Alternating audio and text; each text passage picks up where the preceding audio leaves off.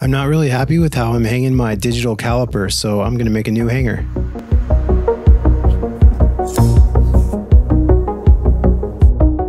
My cutting mat has 1-inch grid lines, and this red square is 1 inch by 1 inch, so it makes it easy to line up the dimensions.